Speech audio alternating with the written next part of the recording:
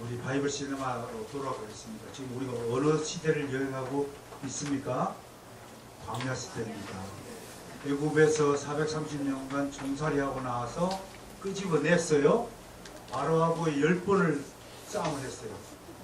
그래서 어떤 분은 부부끼리 싸워라. 그래서 10번만 싸워라.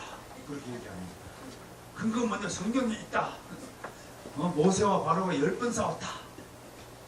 혹시 10번 이상 싸운 부부 있으면 회개하라! 10번까지 안 싸운 이성민 목사님처럼 평생 안 싸우신 분들은 너 싸우라! 여러분 제발 부탁합니다. 여러분들이 만약 스스로 내가 그리스도인이라고 정말 인정하신다면 우리 종교개혁가들이 목숨을 희생하면서 지켜온 그 구호를 다시 한번 상기하십시오. 따라섭시다. 성경이 가라면 가고 성경이 멈추라면 멈춘다. 우리의 모든 절대적 기준은 어디라고요? 성경입니다. 성경만이 우리 유일한 기준이다. 그래서 나머지 좋은 사용 설명서들이 우리 앞에 줄비하게 있다. 그 사용 설명서를 잘 읽고 소화하시면 정말 여러분들은 이 땅에서도 복락을 누리며 살 수 있을 것이라고 하나님께서 약속하셨습니다. 자, 광야시대 때 기록된 책이 몇 권인가 하면 봅시다.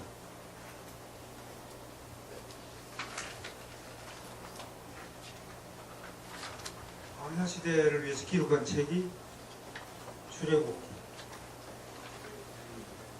레위기,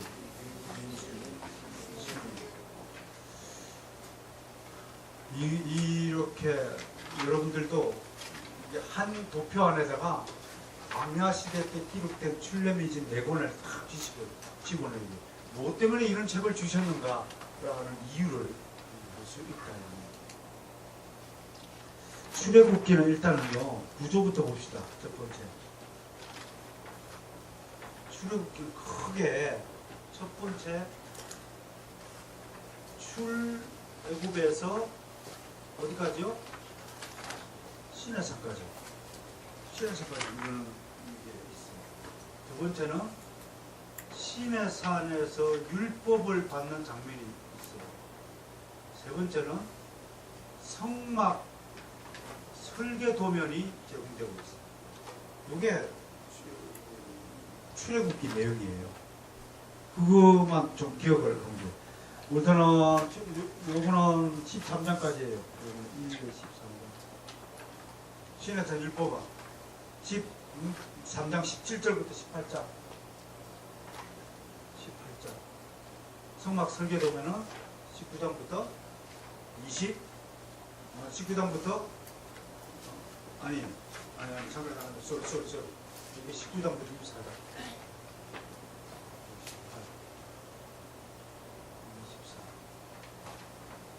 25부터 40장 이게 출애굽 내용이에요. 출애굽에서 시내산 요 사이에 제일 기억나는 사건이 뭔가요? 아까 말한 대로 모세와 바로의 대결. 그리고 전쟁을 다 치르고 난 다음에 제정해 주신 유명한 기념절이 있죠. 그 뭔가요? 유월절.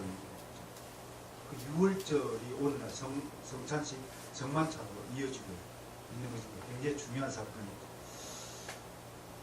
신의 율법 지난 달에 설명하면서 모세가 몇 번 올라갔다고 했어요?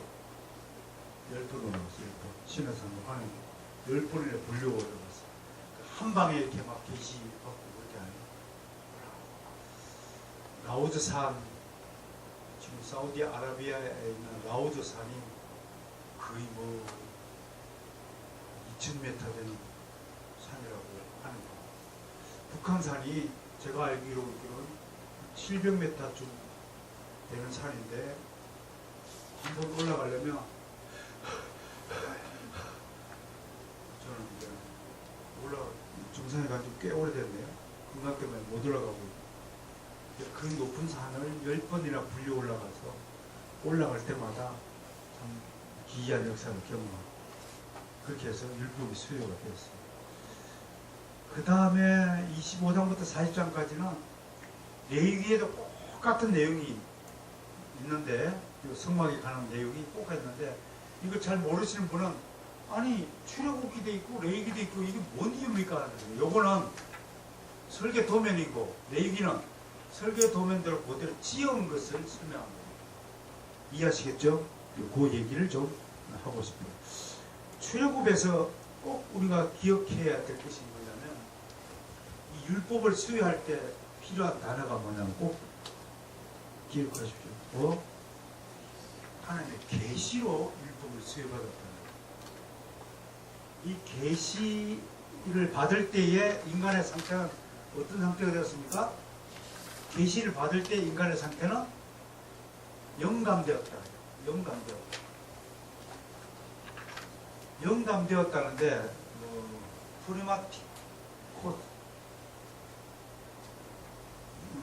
푸뉴마티코스 이게 뭔 뜻이냐면요, 영감되었다로 우리말로 번역했는데 이게 직역하면 이런 겁니다. 하나님이 숨을 내쉬었다, 이런 뜻입니다. 다시 생각해 보세요. 자, 하나님이 내가 그럴 만한 존재는 아니지만 나를 통해서 성경 말씀을 기록하게 하셨어요. 그때 하나님은 내가 가지고 있는 모든 재능들, 기질들, 성경들, 특징들, 문학적인 어떤 습관들을 전혀 손상시키지 않고 내가 그대로 하나님의 말씀을 받아 적도록 한 그 상태, 나는 더럽고 세속적이지만 아무튼 그런 나를 쓰실 때 나를 한 점도 무호하지 않는 상태로 만든 그것을 영감되었다고 말하는 거예요, 성경이. 그럼 이해가 돼요? 잘 이해가, 여러분들 성경을 계시 안 받아서 그렇습니다. 이럴 때에 그 영감된 상태를 하나님이 생명의 숨을 내게 불어 넣어 주었다라고 표현한 거예요, 우리 성경 기록자가. 다르게 설명할 길이 없어요. 하나님이 나를 영적으로 성령으로 감동을 시켜줘서 당신의 말씀을 기록하게 하셨다는 것을 우리가 계시라고 합니다. 그러면서 내가 가진 특질들을, 자질들을 조금도 손상시키지 않고 하셨다고 해서 이걸 유기적 영감이라고 말하는 거예요. 유기적이다.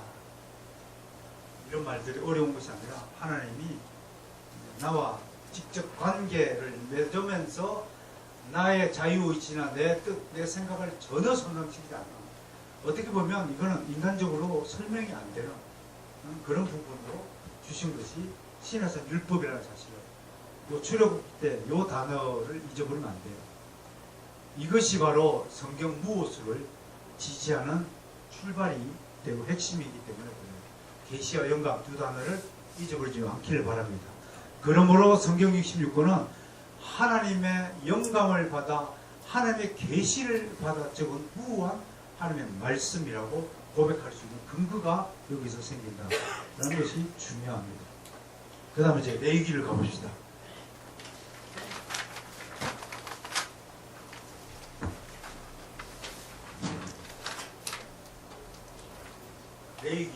레위기는 크게 두 가지입니다. 하나는 하나님께 예배하는 것, 예배법, 여기 1장부터 10장까지. 두 번째는 하나님 앞에 바르게 사는 법, 법이. 이게 11장부터 27장까지 이렇게 되어 있어요. 레위기 뭔가요? 이것도 법이고 이것도 법이에요. 하나님께 예배하는 법, 제사법이에요. 이걸 줄여서 바르게 사는 법이니까 정결법이라고 그러는데, 저는 좀 용어가 그렇게 정결법 붙인 것은 다른 특별한 단어가 없어서 그런지 모르지만 그렇게 썩 선호하는 편은 아니에요. 여기서 우리가 예배법에서 꼭 봐야 될 것이 있습니다. 레위기가 가르쳐주는 교훈을 여기서 좀 본받아야 됩니다. 아까도 얘기했다시피 제사법, 오늘 아침에 예배국 중에서 지켜야 될 것이 뭐냐면 첫 번째 재물을 흠없는 것이라고 그랬어요. 흠없는 것. 이 흠없다라고 하는 것은 예배는 어떻게 드려야 되냐면 세속적으로 드리지 말고 거룩하게 드려라 라는 것이 있어요. 그래서 요한복음에서 예수님이 뭐라 해요? 하나님 지금도 신령과 진정으로 예배하는 자를 찾고 있다. 그게 이 레위기를 기준으로 생각하시면서 하신 말씀이에요. 제사는 어떻게 해야 한다고요? 그래서 제사는 맞아 목욕하고 오늘 아침 좀 목욕하고 설교했어요. 이정기 목사님 목욕시켰어요? 아침 목욕했어요? 예, 했습니다. 네, 목욕하고 설교했어요.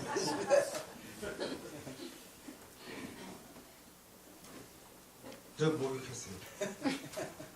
이렇게 되면 이게 굉장히 중요해요. 이 점을 우리가 좀 잊지 말아야 되고 또 하나는 제사를 드리는 사람이 제물을 드릴 때요 자신이 직접 제물을 죽이는 거예요. 이게 굉장히 중요한 겁니다. 거기에 저기 어디서 보면 있는데 15절에 1장 15절에 보면 어떻게 죽이냐면 머리를 비틀어 죽인다는 기록이 있어요. 이게 무엇을 의미하죠, 여러분? 무엇 때문에 이런 제사를 우리에게 요구하시는 겁니까? 지금 입장에서는 제물은 자신이 직접 제물을 죽여요. 저 어릴 때 저희 집안에 키우던 소 한 마리가 착한 소 한 마리가 도살장에 끌려갈 때 끔뻑끔뻑하던 눈망울을 지금도 기억해요. 여러분 짐승이 무엇 때문에 죽습니까? 지금 집사람이 내 죄를 대신하여 죽는 거예요. 내 죄를 대신하여 아무 죄가 없는 짐승이 뭐 약속을 어겼어요. 뭐 짐승은 아무 죄 없어요. 근데 죄 없는 그 짐승이 제물이 되어서 나를 대신하여 목숨을 잃는단 말이에요. 그거를 짐승을 죽이면서 하나님 뜻이 뭔가요? 제물을 바치는 자가 그 제물을 자기 손으로 직접 생명을 죽이면서 나 대신에 주고 가신 그 예수님을 생각하는 뜻이 담겨 있는 거예요. 그게 번제 정신이에요. 여러분 헌금 요즘 뭐 그리스도인들 아마 특히 한국 교회에 다시 짐승을 잡아서 헌금을 드려라 그러면 아마 난리 날 거야. 무슨 이런 교회법이 있냐고 하면서 아마 순종하시는 분 별로 없을 것 같아요. 그래서 돈으로 헌금이라는 아주 간편한 방식을 우리에게 선물해 주실지 모릅니다. 그럼에도 옛날에 우리 어렸을 때는요, 우리 어르신 목사님들이 늘 어릴 때 강조했어요. 헌금은 바닥에 다리미를 해서 받잖아. 그게 뭐 율법 같아 보이지만 지금 생각해 보니까요, 야, 그 마음가짐은 우리가 좀 본받아야 돼요. 우리가 얼마나 헌금을 함부로 대하느냐. 생각해 보세요. 지금 드리는 헌금의 근거가 어디 있습니까? 레위기 바로 이 구절에 있는 겁니다.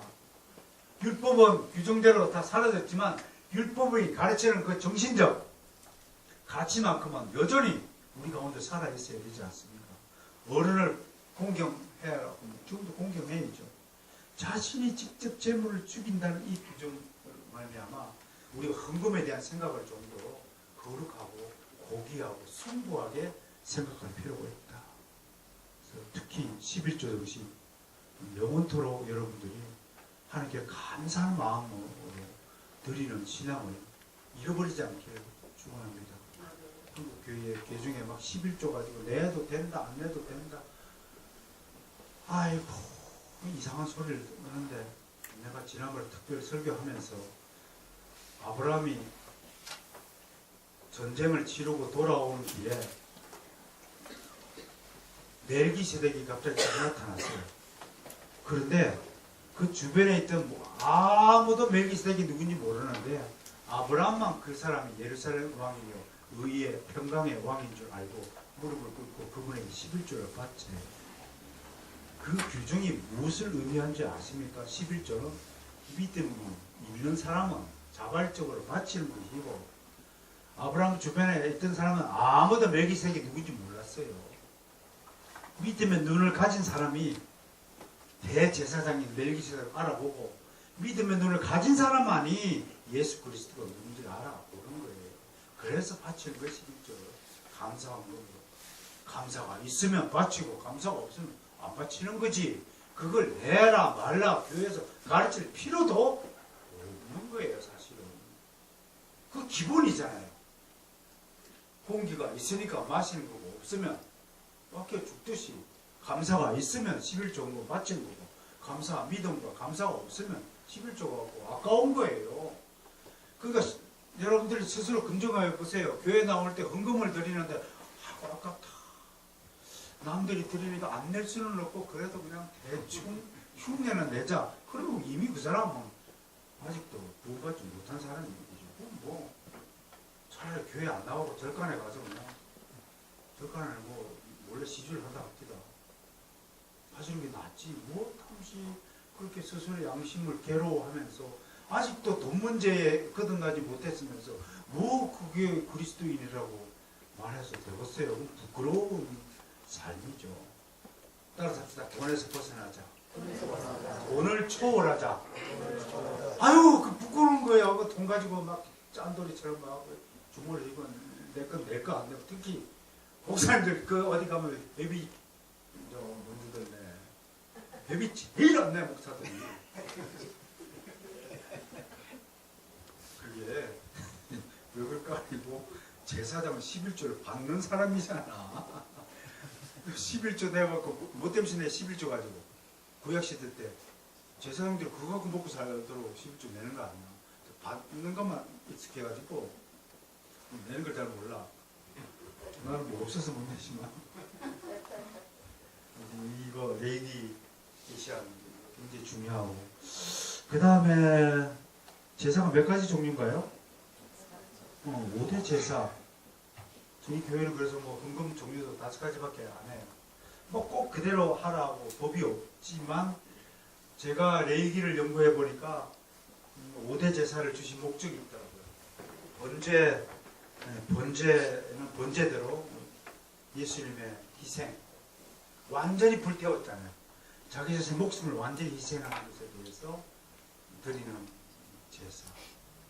그 다음에 소제는 아주 정결한 거잖아요. 정결한 거. 그러니까 소제는 이게 오늘날 감사헌금 원형이죠. 나를 안전하게 깨끗하게 보존해 주신 은혜에 감사하는 거. 그 다음에 뭐가 있어요? 화목제. 그럼 이제 아주 곤란했던 일들이 풀어지거나 뭐 이런 일들이죠. 그죠? 화목, 하나님과 화목을 다시 회복했을 때, 내 병이 나왔을 때, 이런 것들. 그 다음에 속건제, 속죄제, 중요한 죄악들을 위해서 제사를 하는 건데, 레이기 연구하면서 시간 조금 걸리겠지만 이 얘기를 하고 넘어가야 되겠네요. 제가 레이기 연구하면서 하나님은 왜 건축 헌금을 바치라고 하지 않았을까? 그 얘기를 해봤어요. 근데 가만히 보면 건축은 언제 해요? 이때가 레이기 때 언제라고요? 1440년대죠. 그죠? 그죠? 솔로몬이 언제 지어요? 솔로몬 성전을 970년경에 지어요. 그럼 몇 년 뒤인가요? 470년 뒤란 말이에요. 470년. 성전을 짓는단 말이에요. 470년인데 사실은 성전을 누가 준비해요? 다윗이 준비해요. 다윗이 몇 년 집권해요? 40년 집권해요. 빼면 몇 년이에요? 430년. 꼭 맞는 얘기는 아니지만 숫자가요. 430대는 기분이 되게 좋더라고요. 성경 연구하면서. 그러니까 이렇게 제목법 만들어 놓고 성전 건축을 누구로 하여금 건축을 바친다면 사실은 다윗 왕이 건축 헌금을 바쳤고 그 바친 헌금을 가지고 솔로몬이 지은 거예요. 그럼 건축 헌금은 누가 내야 되는 거예요? 다윗 왕. 지도자들이 좀 많이 내야 된다는 것을 발견한 거예요. 다 왕이잖아요. 왕이요, 다윗 왕이 성전 건축 준비할 때 제일 먼저 돈을 걷는 사람이 누구냐면 고관 대작들에게 헌금을 받았어요. 금은 부치. 여러분 옛날 우리 외환위기 할 때 우리 뭐 했어요? 금 모으겠잖아요. 근데 이 부자들은 금 안 내고 쓸데없이 반지 몇 개밖에 안 되는 사람 뽑아가지고 또 그러더라고. 돈 없는 사람들이 서민들이 먼저 설선수고 하는데 이런 데에 대한 교훈이 있더라고요. 여러분 하나님의 전을 지을 때 부자들이 먼저 자기 재산을 다 바치는 거. 이게 하나님의 뜻이에요. 그런데 보통 교회를 지키는 사람들은 부자들이 아니라 계비들이 지키죠. 그렇죠? 어쨌든 간에 그런 점을 좀 발견할 수 있다. 자, 그 다음 민수기 얘기합시다. 오늘 이게 다 끝나고 끝납시다. 10분 남았어요. 민수기 이제. 민수기는 다른 별명이 있어요. 이라면 방랑 김삿갓이에요. 한마디로 방랑기예요. 방랑기. 민수기로. 어디서 방랑했냐면 39년 동안을 뺑뺑 돌아요. 뺑뺑. 뭐 때문에 뺑뺑 돌아요? 딱 한 번 잘못했어. 결정적으로 한 번 잘못해서 하나님께 벌을 받아서 뺑뺑 돌아요. 근데 이것은 이 결정적인 한 번이 하나님의 구속 역사를 방해하는 중요한 반역이었어요. 가나안 땅으로 들어가기 위해서 뭐 했어요? 누구부터 파송했어요? 정탐꾼 12명 파송했는데 어떻게 됐어요? 10대 2로 나타났어요. 10대 2로. 10명은 들어가자마자 아니 도움이다 전하. 분명히 누군가요? 요수아와 갈렙 두 사람만이 찬성했어요. 그래서 나중에 이 모세와 요수아 갈렙과 그리고 2세대들만이 남는 결과가 나오죠. 하나님이 여기 진노했어요. 보세요.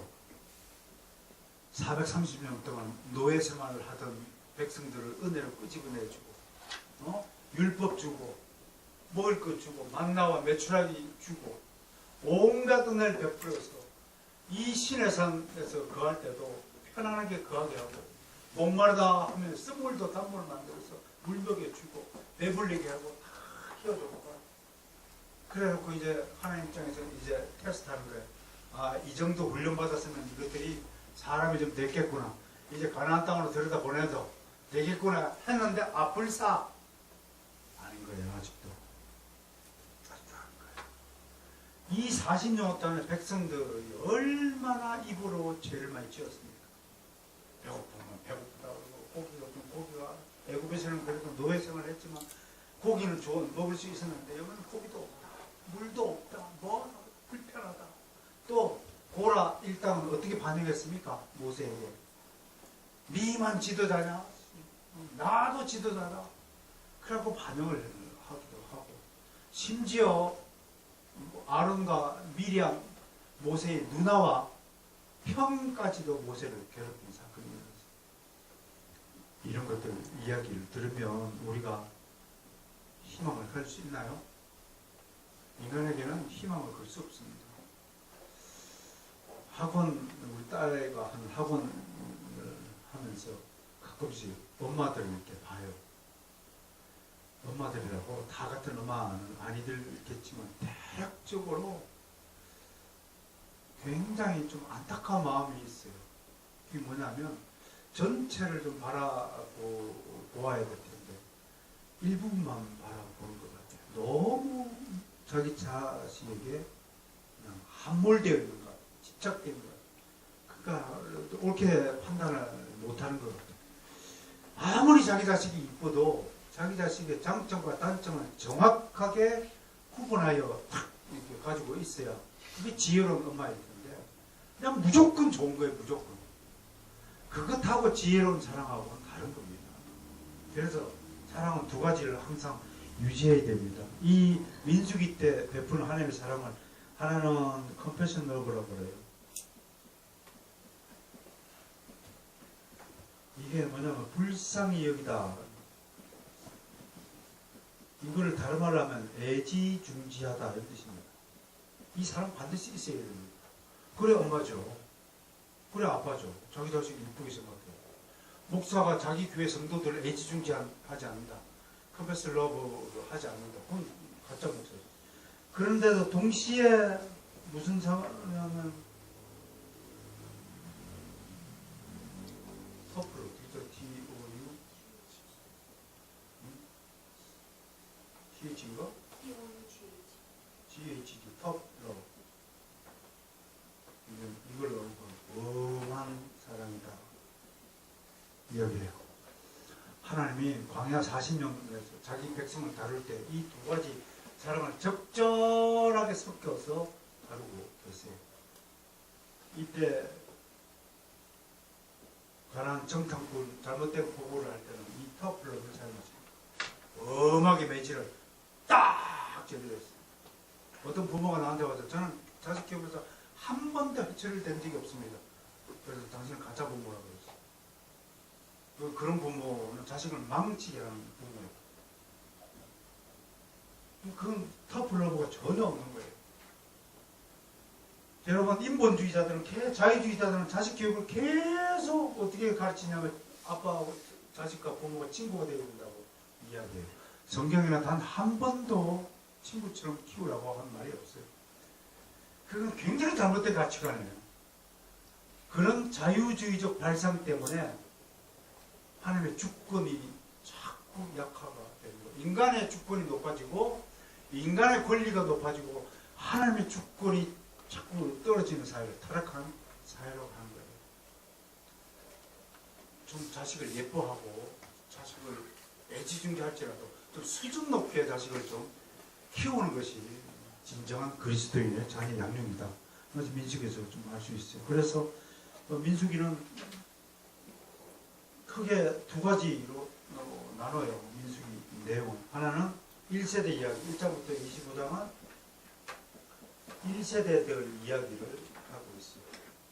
그 다음에 25장부터 몇 장까지인가요? 그치? 민수기가 몇 장까지인가요?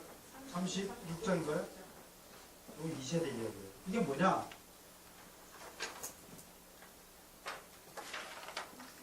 (25장까지를) 기준으로 하나님이 이렇게 얘기해요. 1세대들이 왜 망했느냐를 설명해요. 이게 민수기 이야기예요. 그 다음에 25장부터는 이걸 싹 다 하나님이 광야에서 엎드려 죽게 만들어요. 그리고 새로 태어난 세대가 2세대예요. 광야에서 태어난 세대가 2세대예요. 그러면 광야에서 태어난 아이들 중에 최고로 나이 많은 아이가 몇 살인가요? 40세, 40세밖에 안 되는 거예요. 40세 미만의 2세대들에게 너희는 1세대가 행한 범죄를 본받지 말고 내가 이미 반포한 여기 있는 법대로 이 법을 지키고 살아라고 얘기하는 거예요. 그게 민수기예요. 그래 놓고 이제 여호수아가 이끌고 가나안으로 들어가는 거예요. 자, 신명기는 뭔가요? 가나안에 들어가기 전에 어디서 모였나요? 모압 평지라고 해요. 모압 평지는 요단강 건너편이에요. 요단강 건너편에서 딱 앉아보면 요단강 건너편, 요단강이 뭐 그렇게 큰 강인가요? 길을 봐야 뭐 30m, 40m 뛰어갈 수 있어요. 여러분 그 넓이뛰기 선수는 한 방에 뛰어넘을 수 있는 거리에 불과한 거예요. 개구리나 아마 홀짝 한번 뛰어넘지 않을까. 넓은 곳은 또 막 80m, 120m 되는 것도 있지만 요 모압 평지 앞에의 요단강 평균 길이가 30m. 수심이 요 무릎 요 정도로 오면 해갈 뛰는 그 정도의 강이에요. 그러니까 그 평지 앞에서 사람들 모아놓고 길 건너, 강 건너를 쳐다보는 거예요. 그럼 생각해 보세요. 모세가 마음만 먹으면 건너가는 거예요. 근데 그 짧은 거리를 모세는 들어가지 못했어요. 하나님이 막으신 거죠. 왜? 반석을 성질머리로 지팡이를 들어서 두 번 치다가 하나님이 노엽을 쐈어요. 그냥 말로만 반석아 물을 내라. 그래도 물이 날 텐데 꼭 지팡이를 두드려 폈단 말이에요. 나 옛날에 경기도 태촌에 있을 때 어떤 여자분께서 그때는 안찰 기도를 처음 구경했어요. 병을 고친다고 막 두들겨 패 막. 또 내가 얼른 손을 잡았어. 가만히 놔두면 애 죽이겠더라고. 좀 뭐 하는 짓입니까? 안찰 기도를 한다 막. 그러면서 그분의 가치관이 뭐냐면 이 병이 귀신으로 말미암아 일어난 병이라는 아주 고정관념이 어디서 그렇게 신앙을 배웠는지 모르지만 그렇게 잘못된 입력이 되어 있더라고요. 그분이 그 생각을 고쳤을까요? 안 했을까요? 모르겠지만 제가 보기에는 전혀 다른 사람의 말을 경청 준비가 안 돼 있더라고요. 하나님이 그렇게 만드셨구나. 그래서 모아편지에서 세 가지 1차 설교, 2차 설교, 3차 설교. 요거는 1장부터 4장 43절까지 있어요. 그리고 4장 44절부터 4장 44절부터 어디 가냐면 26장 19절 27장부터 34장까지.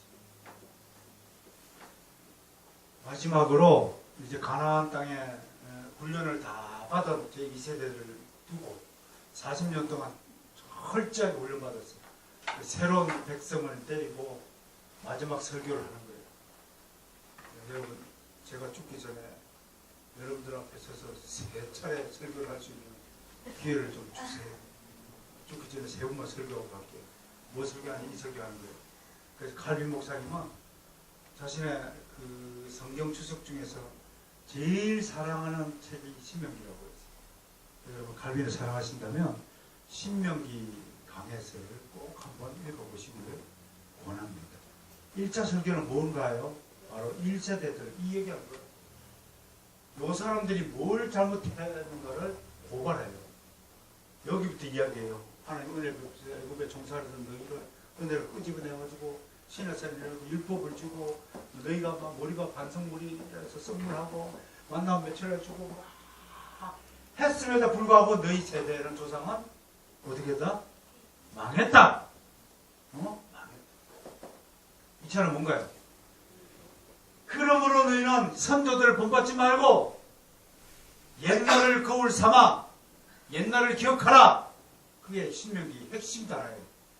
옛날을 기억하라. 뭘 기억해요?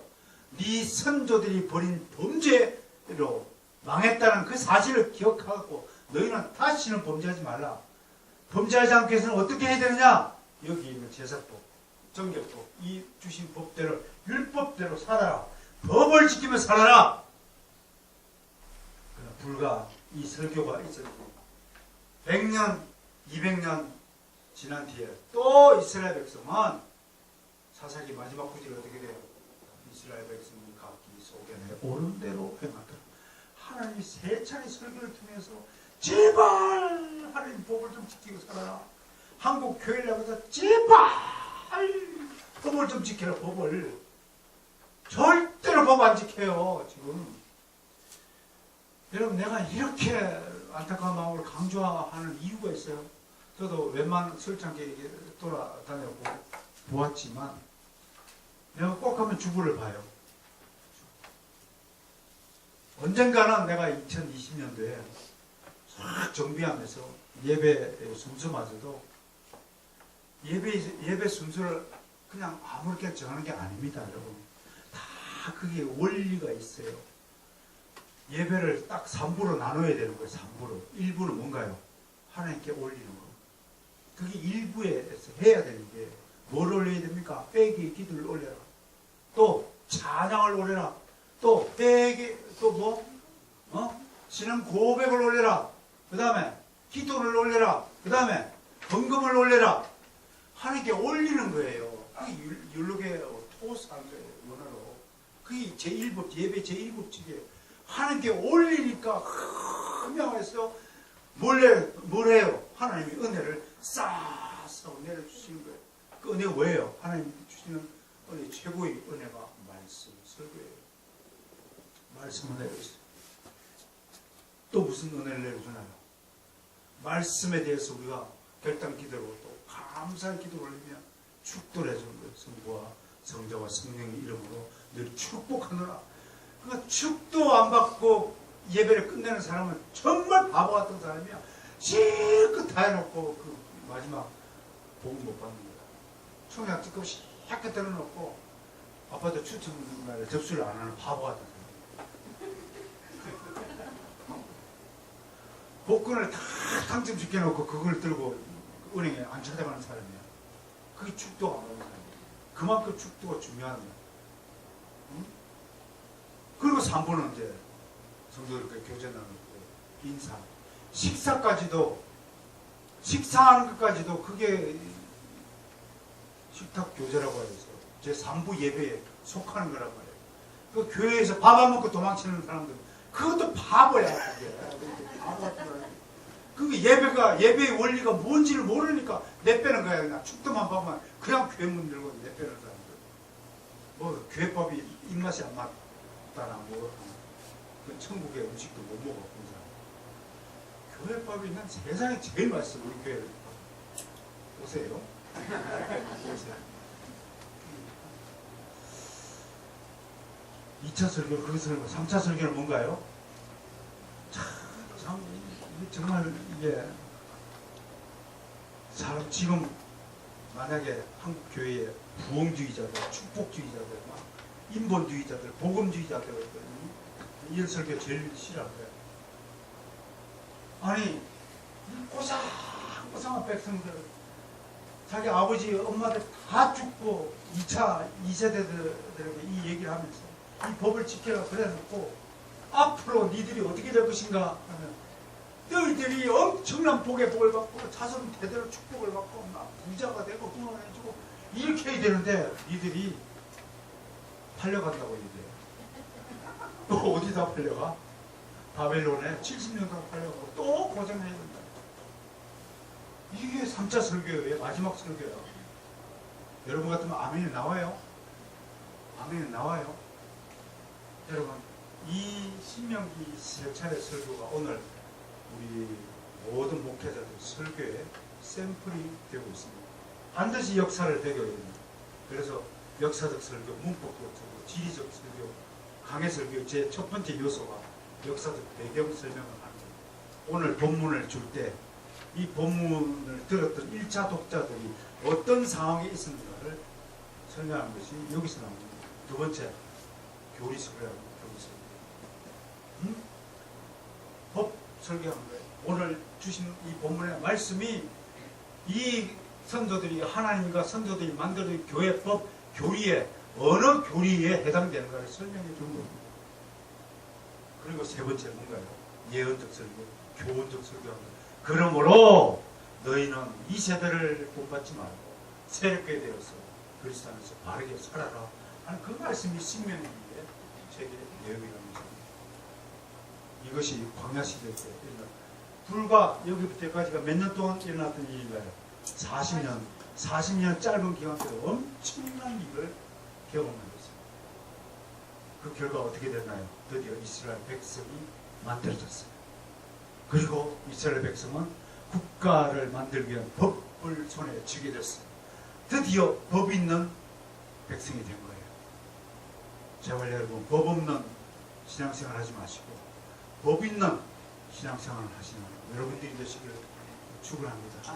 함께 어울러 법 없이 지 맘대로 자기 성에 옳은 대로 예배하고 신앙생활하는 많은 교회들을 만날 때마다 법을 지키라고 권면하시고 그래서 잘못된 교회를 바로 세우는 일에 여러분들이 앞장서 주시고 바로 이러한 것들을 저는 한마디로 개혁교회 운동이라고 명칭하고 제 동료 교수들하고 열심히 작업하고 있습니다. 2020년 개혁교회 총회 구성하에서 한국교회가 새롭게 되는 그날을 꿈꾸면서 열심히 투쟁하겠습니다. 바이블 신화를 듣는 여러분 모두 하나님의 영원하신 축복이 있기를 주님으로 축원합니다. 하나님 감사합니다.